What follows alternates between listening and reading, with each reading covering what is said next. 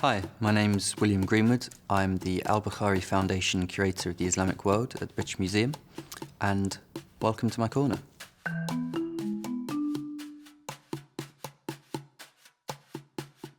So, part of my job is working on the new Al-Bukhari Foundation Galleries of the Islamic World, which will be opening in 2018. And one of the displays, or redisplays in fact, will be of our collection of Islamic scientific instruments, particularly those involved with reading the skies, so things to do with astronomy and things to do with astrology. The best description, or the best explanation for astronomy and astrology, the difference therein, is that astronomy is telescopes and astrology is horoscopes. So astronomy is actually looking at the skies, trying to understand celestial phenomena, stars, planets, so on and so forth. Astrology is what those stars and planets and phenomena are supposed to do to us on Earth.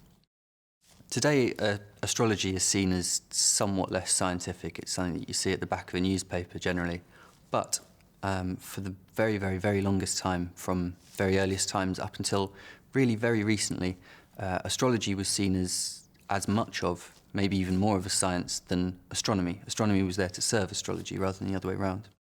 There are a number of different objects that you can use to find out about the sky, and the most important one, and the most long-lived one perhaps, is the astrolabe. So, if you imagine it, this is the universe in the palm of your hand, or at least the universe that you can see and comprehend. This is you, right here. This is the horizon, this is directly above you, and this is out of sight because it's below the horizon. Each of these pointers is for a particular star. And so with this, you have a whole map of the heavens right in the palm of your hand. It's used for all kinds of things, or it was used for all kinds of things before the invention of workable clocks. In the 10th century, one astronomer worked out that there were about 1,000 applications for one of these, ranging from the religious, so you can find the prayer times, or indeed the direction of Mecca, which is incumbent on Muslims. For prayer, you could tell the times for example, crops to be planted, for taxes to be raised, rising and falling of tides, all kinds of things. So this is your basic instrument, as it were. Let me go through this very, very slowly. How does this work? Well, I think the first thing to do is to explain all the different parts of it, because each of them has a very important aspect to it. So, to begin with, this is the ring, this is the halqa, which is connected to the kursi, which in European terms is called throne in English. So, why is there a ring on top? Well, this is to hang it from, so that you have it even, and you can hang it at eye level, so it's always flat. So this is always at eye level. It shouldn't be swinging about. If you hold it in your hand, you're not necessarily holding it flat. This bit around the edge, this is the this is the mother, or the mater in Latin, and this holds everything together, and it has information, so it has the zodiac on the outside, it has zodiacs, it has times, it has days, it has all kinds of information. Inside, there are plates, and they're held inside the mother. So you can have sometimes up to about 5. They're often engraved on both sides. So depending on how far north or south you are, you'd use a different plate. So you'd have maybe one for Mecca, you'd have maybe one for Cairo, you'd have maybe one for Cordoba. And you can change them.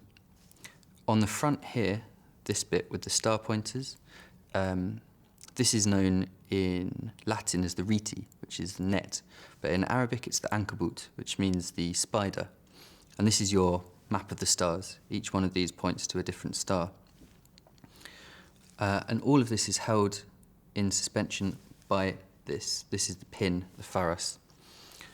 And then finally, on the back, you have the alidada. So this is the ruler. This is what you use to sight with.